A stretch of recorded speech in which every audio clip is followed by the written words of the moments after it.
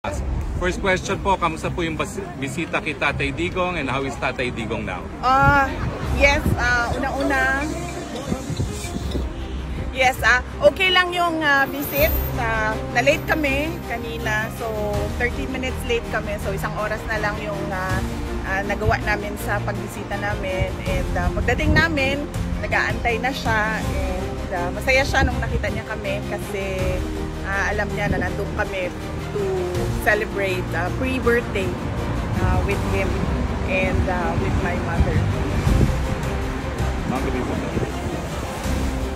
Tapos, as usual, binilhan ko din siya ng Coke Zero, pero hindi niya ininom. Sabi niya, dalhin lang daw niya sa kwarto yung Coke Zero. Pero isa lang ang pinabili niya.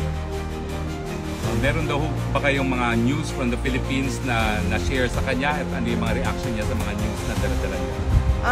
Yes, nag-share ako ulit. Na-share ko na noon sa telephone call, pero shinare ko din ulit sa kanya na nanalo yung dalawang PDP laban na senator candidates, tapos yung isang guest candidate, si Marcoleta, plus dalawang guest candidate from Alianza, si Senator Camille Villar and Senator Amy Marcos. And binanggit ko din sa kanya na nandito si Senator Amy Marcos pero hindi siya pinayagan ng ICC na makabisita at makausap si dating Pangulong Rodrigo Duterte. At nabanggit ko din ulit sa kanya na nag-submit si Senator Amy Marcos ng kanyang findings sa committee hearings niya from the Senate to the Ombudsman.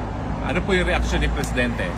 Unang-una, nagpasalamat siya. At pangalawa, sabi niya gusto nga daw niya sana makausap si Senator Amy, kaso hindi nga daw payagan. Pero sabi niya, there will be another time for that. GMA?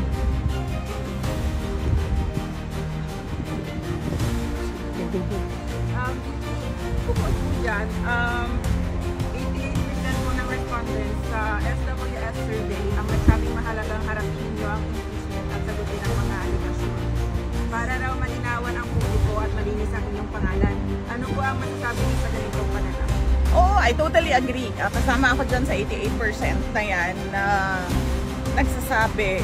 At ako ay parang thankful sa opportunity na malinis yung pangalan ko at masagot yung mga akusasyon sa akin.